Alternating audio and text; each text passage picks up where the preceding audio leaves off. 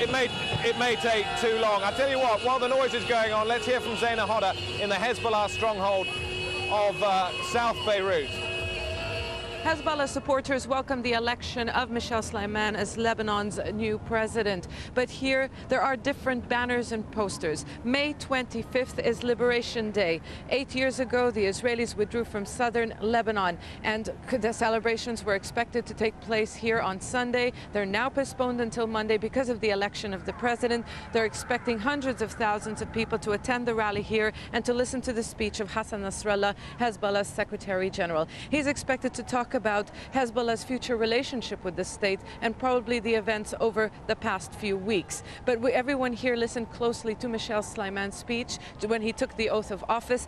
Michel Sleiman walking a very thin line, trying to appease both the Hezbollah-led opposition and the March 14 camp, saying the resistance was necessary because the state is weak and unable to defend Lebanon. At the same time saying that Hezbollah or no group should use their arms internally for political gains. Michel Sleiman, one of the most difficult tasks he has to face now is how will he deal with Hezbollah's arms. He is supposed to head a national dialogue committee to decide on the future of Hezbollah's arms, the most divisive issue and really the main issue of the political crisis over the past 18 months.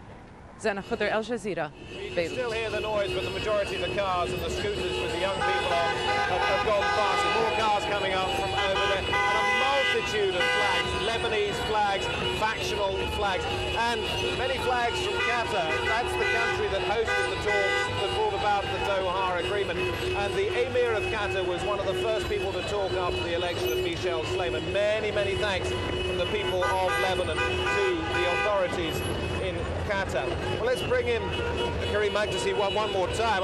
Let's hope we can hear what's going on. I really have no idea. When you see them celebrating like this, do you think it can last? I mean, as far as people are concerned, yes, it can last. As far as the political class we have, it's a question. It's the same political class that we've had for the past 20, 30 years.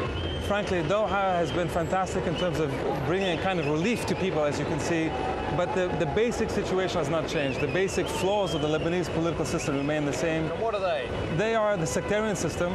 They are the fact that they had to go to Doha in the first place just to listen and to talk to each other rather than resolve their disputes peacefully in Beirut. This is a major problem. They have to learn to resolve their disputes locally without having to resort to force, which is something the sectarian system does not allow in Lebanon, unfortunately.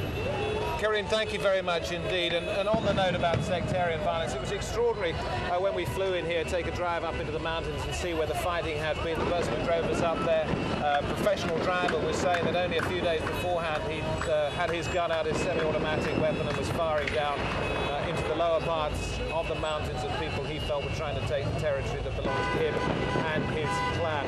For today's celebrations, they came from all over the world. They came from Saudi Arabia, they came from Iran, they came from Syria, they came from the United States and France, from a multitude of different countries, in part because Lebanon has been the scene of so many international conflicts over the years. And what's been seen here today, it is hope, will not just be possibly a new start for Lebanon, but an end perhaps to some of the regional conflict that's been seen here and the turmoil that creates for the rest of the international community. Back to you, Lauren.